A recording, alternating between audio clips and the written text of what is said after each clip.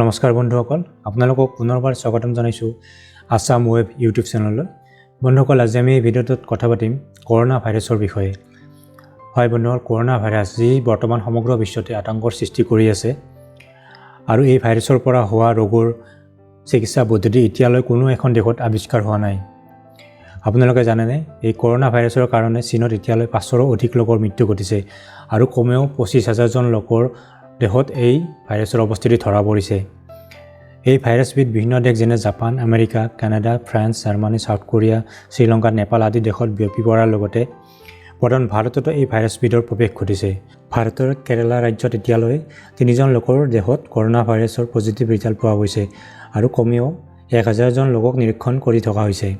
এই ভাইৰাছবিধ কেৰালা ৰাজ্যৰ লগতে অন্য ৰাজ্যতো বিয়পি পৰাৰ আশংকা কৰা হৈছে। বৰ্তমান অসমতো ইয়াৰ বাবে সতৰ্কমূলক ব্যৱস্থা গ্ৰহণ কৰা হৈছে। চীন দেশ ভ্ৰমণ কৰি অহা লোকসকলৰ তন্নকৈ স্বাস্থ্য পৰীক্ষা কৰা হৈছে আৰু বৰ্তমান ভাৰতবৰ্ষৰ আন্তঃৰাষ্ট্ৰীয় বিমানবন্দৰবিলাকতো সতৰ্কতামূলক নিৰীক্ষণ ব্যৱস্থা আৰম্ভ হৈছে। তো বলক বন্ধুসকল, আপোনালোকৰ বেছি সময় নলয় কৰোনা ভাইৰাছৰ বিষয়ে সম্পূৰ্ণ ডিটেইলছ আপোনালোকক জনাই দিছোঁ।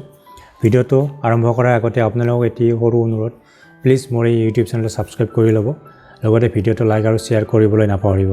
আহক আমি জানো এই কৰোনা ভাইৰাছনো কি আৰু ইয়াক প্ৰথমতে ক'ত চিনাক্ত কৰা হৈছিল আৰু ই কেনেকৈ সমগ্ৰ বিশ্বতে বিয়পি পৰিল। পোনপ্ৰথম 1938 চনত এই ভাইৰাছ চিনাক্ত হৈছিল এটি ব্ৰংকাইটিছত আক্ৰান্ত পোহনীয়া চৰাইৰ দেহত, যাৰ দ্বাৰা মুৰ্গীৰ ফাৰ্মখনৰ বৃহৎ ক্ষতি হৈছিল। তাৰপিছত বিগত 8টা দশকত বিজ্ঞানীসকল অৱগত হ'ল যে কৰোনা ভাইৰাছে আক্ৰান্ত কৰিব পৰা আন প্ৰাণীসমূহ হ'ল এন্দুৰ, নিগনি, কুকুৰ, মেকুৰী, গৰু, গাহৰি, উট, ঘোঁৰা, গাধ, বাদুলি, সৰীসৃপ আদি। কৰোনা নামৰ উৎপত্তি হয় লেটিন শব্দ ক্ৰাউনৰ পৰা। ভাইৰাছৰ আকৃতি মুকুটৰ দৰে হোৱাৰ বাবে এই নামকৰণ কৰা হয়। 2002 চনৰ নৱেম্বৰ মাহত দক্ষিণ চীনৰ গুৱাংডং প্ৰদেশত কৰোনা ভাইৰাছে মহামাৰীৰ সৃষ্টি কৰে। তাৰ পৰা হংকং আৰু বিশ্বৰ 36খন দেশলৈ এই জীৱন সংকটকাৰী নিউমোনিয়া বিয়পি পৰে। এবিধ কৰোনা ভাইৰাছে শ্বাসতন্ত্ৰৰ উপৰি পাক প্ৰণালী, লিভাৰ, কিডনী, হৃদযন্ত্ৰ আদি অংগৰ ক্ষতিসাধন কৰিছিল। জুলাই 2003 চনলৈকে বিশ্বজুৰি চলা এই মহামাৰীত 7098জন আক্ৰান্তৰ বিপৰীতে 7074জনৰ প্ৰাণহানি হৈছিল। আকৌ 2015 চনত মধ্যপ্ৰাচ্য ভ্ৰমণ কৰি অহা এজন যাত্ৰীয়ে কোৰিয়াই অনা কৰোনা ভাইৰাছৰ সংক্ৰমণৰ ফলত দক্ষিণ কোৰিয়াত 186জন লোক আক্ৰান্ত হয় আৰু তাৰে 37জন মৃত্যুমুখত পৰে। বৰ্তমান চীন দেশত আৰম্ভ হোৱা কৰোনা ভাইৰাছৰ মহামাৰী wuhan চহৰৰ মাংসৰ বজাৰখনৰ পৰা বিয়পি পৰা বুলি বিজ্ঞানীসকলে মত পোষণ কৰিছে।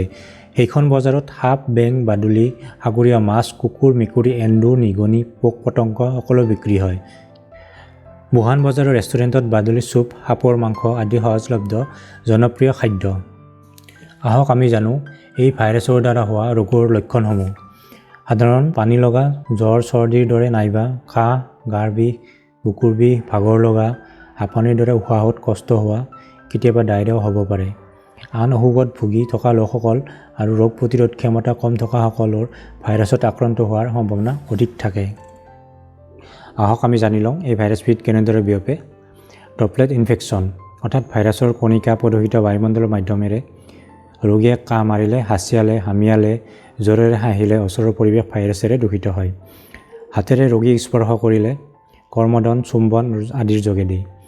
ৰোগীৰ সংস্পৰ্শত অহা যিকোনো সামগ্ৰী যেনে টাৱেল, ৰুমাল, অন্যান্য কাপোৰ, চশমা, কলম, বাচন ৰোগীৰ নাক, মুখৰ জুলীয়া পদাৰ্থৰ দ্বাৰা দূষিত হৈ থাকিব পাৰে। তেনে সামগ্ৰী অসুখ বিয়পাব পাৰে। গতিকে তেনে সামগ্ৰী স্পৰ্শ কৰি কেতিয়াও চকু, মুখ, নাক নুচুব। ৰোগীৰ মলমূত্ৰই ৰোগ বিয়পাব পাৰে। এই ৰোগৰ চিনাক্তকৰণ। এই ৰোগ কেনেদৰে চিনাক্ত কৰা হয়? উপযুক্ত লেবৰেটৰীত ভাইৰাছ চিনাক্তকৰণ, PCR, চেইন ৰিয়েকশ্যন, এণ্টিবডি চিনাক্তকৰণৰ দ্বাৰা ৰোগ নিশ্চিত কৰা হয়। 3 সপ্তাহলৈকে তেজত এণ্টিবডি দেখা নাপালে ব্যক্তিজন ৰোগমুক্ত বুলি গণ্য কৰা হয়। ৰোগ চিনাক্ত কৰিবলৈ লওঁতে ৰোগীৰ ভ্ৰমণৰ হিষ্ট্ৰী লোৱাটো চিকিৎসকৰ বাবে এক অনিবাৰ্য বিষয়। সতৰ্কতামূলক ব্যৱস্থা। আহক আমি জানি লওঁ এই ভাইৰাছৰ পৰা আমি নিজক কেনেকৈ বচাই ৰাখিব পাৰোঁ। প্ৰথমতে নিজকে চাফ চিকুণকৈ ৰাখিব। চাবোনেৰে ভালদৰে ঘঁহি পি হাত ধুব। কাহ, জ্বৰ আদিত ভোগা লোকক পৰিচৰ্যা কৰোঁতে বিশেষ সতৰ্কতা ল'ব। মাস্ক ব্যৱহাৰ কৰিব। নিৰামিষ খাদ্য পৰাপক্ষত গ্ৰহণ কৰিব। মাছ মাংস বেছিকৈ নাখাব। পানী বেছিকৈ খাব। উপযুক্ত বিশ্ৰাম ল'ব আৰু টোপনি ক্ষতি নকৰিব। চৰ্দিজাতীয় অসুখত আক্ৰান্ত হ'লেও নিয়মীয়া অসুখৰ দৰৱ যেনে ডায়েবেটিছ, উচ্চ ৰক্তচাপ বন্ধ নকৰিব আৰু ৰোগক্ৰান্ত অঞ্চললৈ ভ্ৰমণৰ আঁচনি নল'ব। আহক আমি জানো কৰোনা ভাইৰাছৰ দ্বাৰা আক্ৰান্ত হ'লে চিকিৎসা কেনেদৰে কৰা হয়। কৰোনা ভাইৰাছৰ কোনো ভেকচিন নাই আৰু কোনো নিৰ্দিষ্ট দৰৱ নাই। লক্ষণ হিচাপে যতন লৈ চিকিৎসা কৰিলে ৰোগ সময়ত আৰোগ্য হয়। তথাপিও প্ৰায় 10% মৃত্যুৰ হাৰ আতংকজনক। গুৰুতৰভাৱে আক্ৰান্তজনক ICUত জৰুৰীকালীন চিকিৎসা দিবলগীয়া হ'ব পাৰে। বন্ধুসকল, এয়াই আছিল কৰোনা ভাইৰাছৰ সবিশেষ। কৰোনা ভাইৰাছ কি, কৰোনা ভাইৰাছৰ কি লক্ষণ আছে আৰু ইয়াৰ পৰা আপুনি কেনেকৈ বাচি থাকিব পাৰে, এই ভিডিঅ'টোৰ পৰা সকলোখিনি তথ্য আপোনালোকে গম পালে। বন্ধুসকল, যদি এই ভিডিঅ'টোৰ পৰা আপোনালোকৰ অলপ হ'লেও সহায় হৈছে তেতিয়াহ'লে ভিডিঅ'টো লাইক আৰু শ্বেয়াৰ কৰিবলৈ নাপাহৰিব আৰু এনেকুৱা ধৰণৰ ভিডিঅ' পাবলৈ চেনেলটো ছাবস্ক্ৰাইব কৰিব, লগতে ন'টিফিকেশ্যন বেলটো দবাই দিব। বন্ধুসকল, আপোনালোকক লগ পাম নেক্সট ভিডিঅ'টোত এটি নতুন টপিক লৈ। তেতিয়ালৈকে ধন্যবাদ। জয় আই অসম।